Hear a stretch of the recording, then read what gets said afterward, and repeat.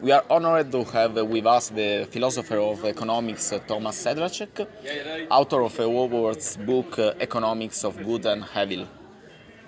Thomas, you observe economics as a cultural phenomenon. You identify the cultural superstructure that made this discipline a sort of sacred religion and leads people to become slaves in his service. So, in your book, your question, the basis of economic liberalism, is growth the only answer? Are we addicted to desire? Does it pay to be good? In order to have this perspective on the economy, how important is it to think about everyday life, about the streets and buildings that surround us? I don't think this is a critique of capitalism, as the left puts it. This is a critique of merchandising your life. And it doesn't matter whether it's communism or capitalism or anarchy or steampunk, sort of a scenario. It's a dilemma that you always have inside of you. What sort of things will you spend your time here? Will you look on your life as a deal? Do you strike deals? Or will you live your life idealistically, hoping that there is some deeper meaning than just betting better feelings and better utility, that in fact we should go for depth? And this basic dilemma you can read in Judaism, you can read it in Christianity, you can read it in pretty much everywhere. Today it's read politically, quite politically, like a fight of left between the right. But I don't think this holds really well. It doesn't do much. The fight is really quite internal. Will I sell my life for some kind of compromise or some sort of a deal, or will I try to strive the deepest things in my life? Doesn't matter what it costs or if it's a good or bad deal. Going deep isn't a good deal. Going deep is economically speaking, very, very bad deal. You will have a much simpler, much more primitive, much more successful, I'm sure, life not going deep. And you'll be, rich in many ways that are completely pointless. And so this, I think, is where economics comes in as an ethical, philosophical, even religious phenomenon as an opposition. To end the answer, because it's Sunday, that's why I have 2 beers, and it's also Sunday, so it's a good day to talk about it. When the devil was tempting Jesus in the story in the New Testament, he was offering him all the kingdom and riches and power of the world. So it's obviously something satanic about it if it was his to offer. So the tempter and the Christ said, "Screw you! I don't care because it doesn't mean anything," and he was right. And I think the role of any human person is to find meaning in meaningful things and not to find meaning in things that don't have meaning, which is quite confusing, especially when food comes. Thomas, how much daily observation of your city had influenced your perception of the concept of economy? Well, I think quite greatly. That's actually a good question. That's one of the few questions that I never got asked. So thank you for that. I'm always so grateful for a new question because, in my life, it's basically 20 questions going over and over and over and over again. And I'm sick and tired of... Okay, anyway, so somebody even called my way of thinking of economics Kafkaesque. And Franz Kafka, I think, was influenced a lot by Prague. Now, Prague, how to put it, it helps me, or it helps my friends to understand, those who don't live here, is that Prague is the biggest village in the world, and also is the smallest cosmopolitan area. So, we are big enough to have good concerts. Rolling Stones were here 2 weeks ago. Great concert. They contributed to the fall down of the regime, so it was very emotional. We had Jamie Cullum. We can get anyone. Prague is cool enough. But then, at the same time, we're actually not important to matter. So the decisions of Berlin are important, the decisions of Washington, the decision of Paris, the decisions of Moscow, maybe the decisions of Rome, but not the decisions of Prague, which is really nice place to live. You know, you are right off the highway. You are not on the highway. You don't have to worry constantly about the world, but you're still close enough for the good people, such as yourselves, to run through it. You know, so that's one thing. Second thing to understand is that every city looks beautiful when the sky is blue and the sun is out and it's just easy to be pretty. Prague, however, I think, and many of my dear friends would, I think, agree, Prague is one of the few cities that looks really, really good when it's raining, when it's misty, when Kafka comes out of the cobblestones, and it's a little bit like Sherlock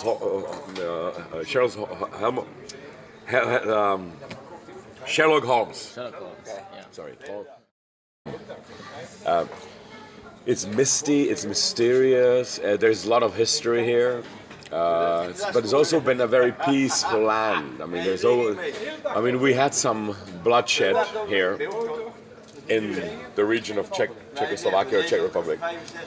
We had bloodshed, but compared to other countries, not so much. I mean, 1621 was the last, big time skirmish here, or war situation. And ever since it's always seemed to sort of the First World War we ducked, destruction-wise. Second World War we also ducked, destruction-wise. So it's a peaceful place that has lots and lots and lots and lots of history, and we never dominated. The third thing is that this country has never attacked any other country. We've never dominated any. We don't have the guilt that, I don't know, America or Britain or Netherlands or Italy feels from their conquest of. We never wanted to go anywhere. We were actually. So the third way of approximating Prague is, and I mean this in the best possible way. Of course, I am a big Prague person. I am more Prague than I'm Czech. I'm more European Prague than I feel Czech. It's funny that we never associate. You would say you're Italian, but you're much more associated with your city than with Italy. So it's interesting. And cities are much older than, not in case of Italy, but everywhere else in the world, cities are much, much older than the country. Yeah, but in Italy it's the same. I think. Yeah. Maybe perhaps in Italy, many cities as well. Not Rome, but otherwise cities are older. Maybe actually Rome is older than Italy, of course. Yeah, because Italy is. It's a modern state. 1861. So Roma has more than 2,000 years. Yet you wouldn't say. Let's say that you're from Rome. If I asked you, like I asked you when we were meeting each other, where are you from? You wouldn't say I'm Roman, which is the nice way. It sounds strange. It sounds really strange, but you are Roman if you are from Rome, and I'm a Prager. Okay. Much more than I'm a Czech. Okay. Because clearly, I mean, the problems of the city people are different from the problems of the country people, and it's both legit. We all have different sort of problems. So anyway, the third way of approximating is, and again, I don't mean this in a bad way, is that we are a land of hobbits. You know hobbits from Tolkien? Yes, Yeah. sure, Okay. absolutely. We don't like to be involved in big fights. Okay. The first rule of hobbits is don't meddle in the affairs of the wizards. Let the wizards do their things. Don't meddle. This is a typical stance of Czech Republic in international affairs. Preferably, why don't you just sort it out between. We like our beer, like hobbits. We like our food. We like our little gardens. Every Czech family, if it doesn't have a summer house, a secondary residence in which it can live, it's considered socially deprived. It's like seriously, every family almost here has we call it chata, chalupa. You can call it cabin or summer house, but those are usually places that you can inhabit the whole year round. It's not really a summer house. Most of them you can live 365 days a year.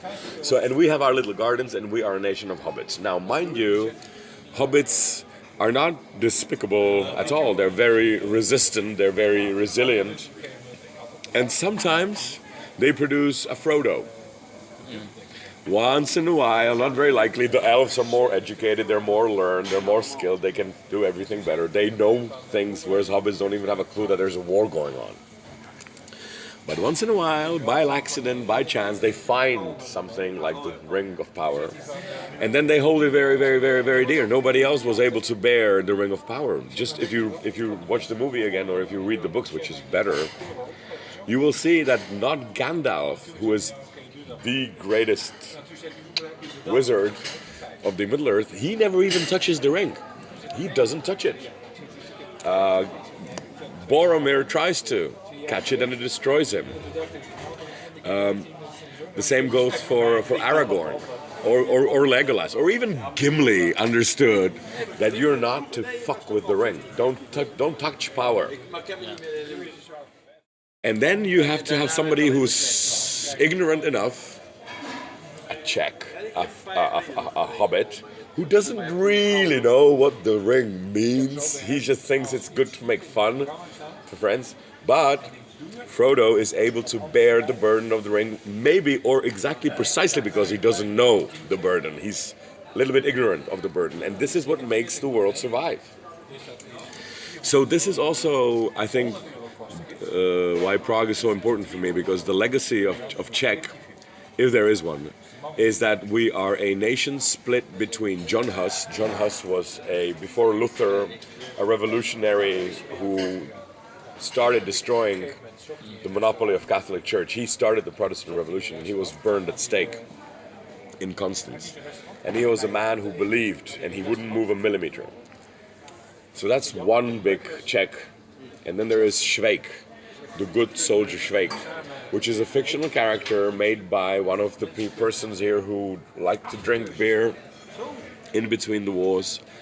And he would pay for beer, he would pay with pages.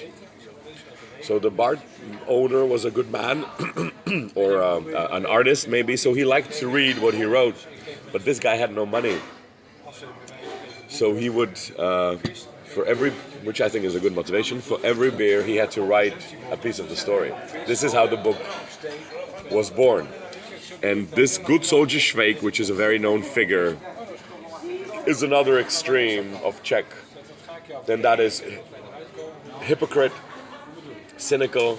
He is in the army, and the way that he gets out of everything is that he listens the orders verbatim. So this is a strike which is sometimes even applied in Italy. It's called white strike, and that means that you only do exactly and precisely the orders that you were given. In other words, if the system is followed precisely, the system crumbles. The system is reliant on people actually doing things a little different. So anyway, so John Huss, great Czech figure who stood for truth, and then they burned him and he didn't move a meter, compared with Švejk, who was like, yeah, fuck y'all, I don't care, I don't even understand this war I'm in, and I fool my way out.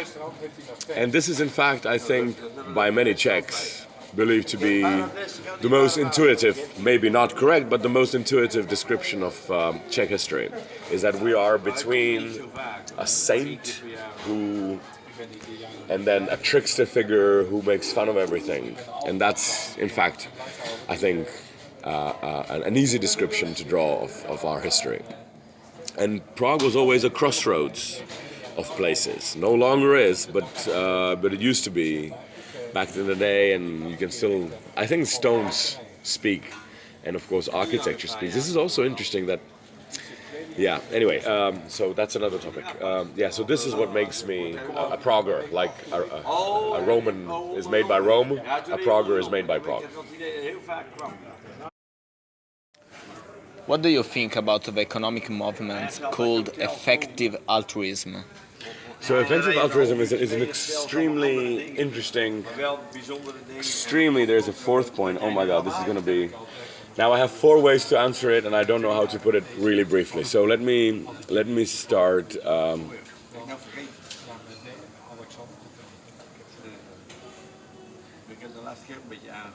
The basic question here is whether goodness pays or not, whether it is good, whether it is economically beneficent to be good. So this is the belief that honest people, at the end of the day, make... Sorry.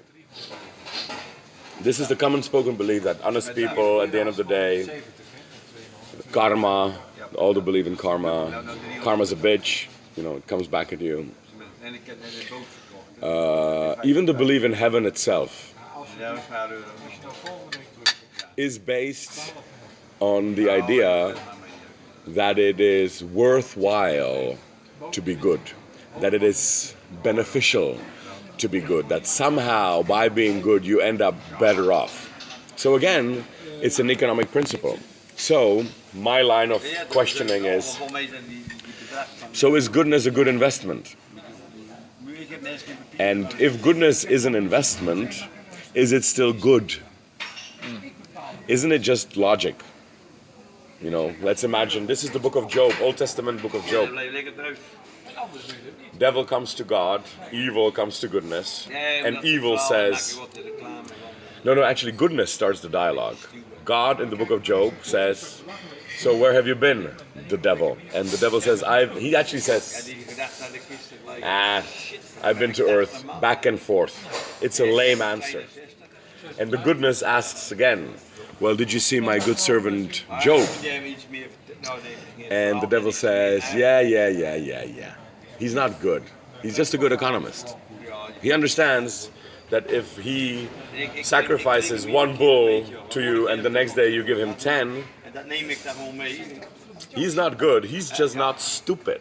He's clever, not good. He doesn't love you. He uses you because it's beneficial to be good. I suppose that if everybody is egoistic economists, I will only do things that are good for me. I will never feed you because I have no guarantee that you will feed me back. I'll try to feed myself, and I'm not even thinking that I could actually feed somebody else because I have no care, and nobody else around me has a care for anybody else except for oneself.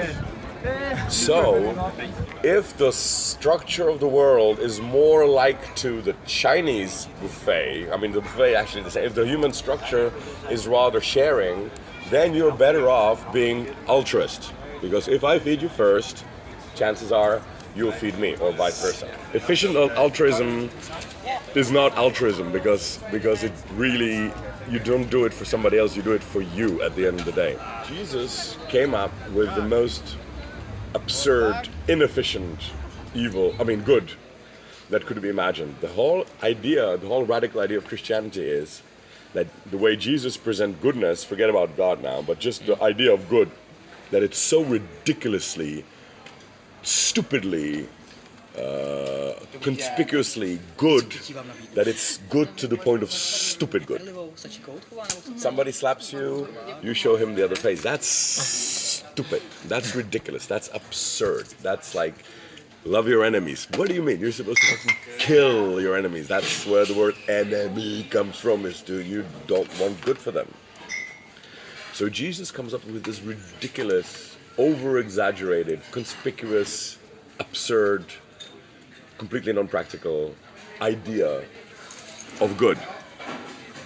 Now, and this is the fourth way of answering it, and this lands us a little bit down on the ground. There actually is a very good historical example when America practiced this sort of, somebody hits you, show them the other cheek. It only happened once.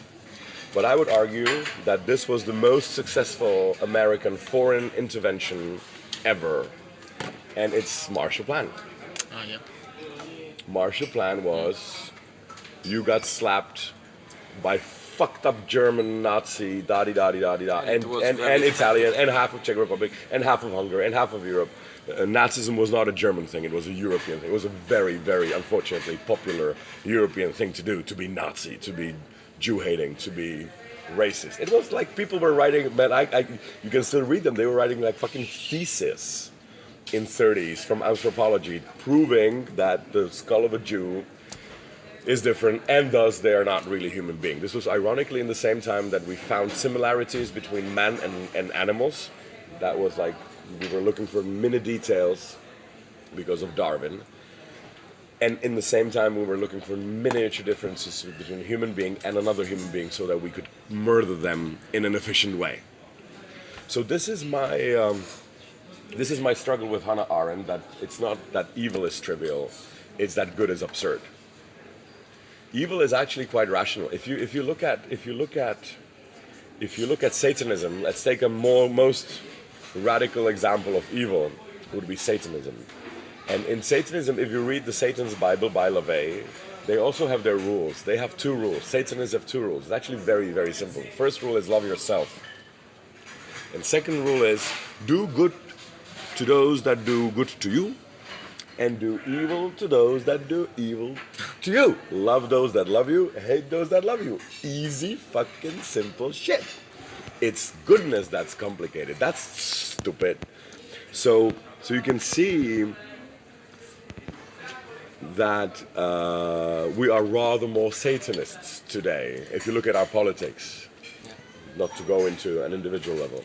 But the way, or the refugee crisis, they're dangerous. Yeah, exactly. Yeah, you should love somebody who's dangerous. You should actually, take them to that's Christianity. And I'm not saying that it's clever. I even think it's a little bit stupid. The last question, what do you think about our project and what do you wish us? Yeah, so anyway, why keep moving?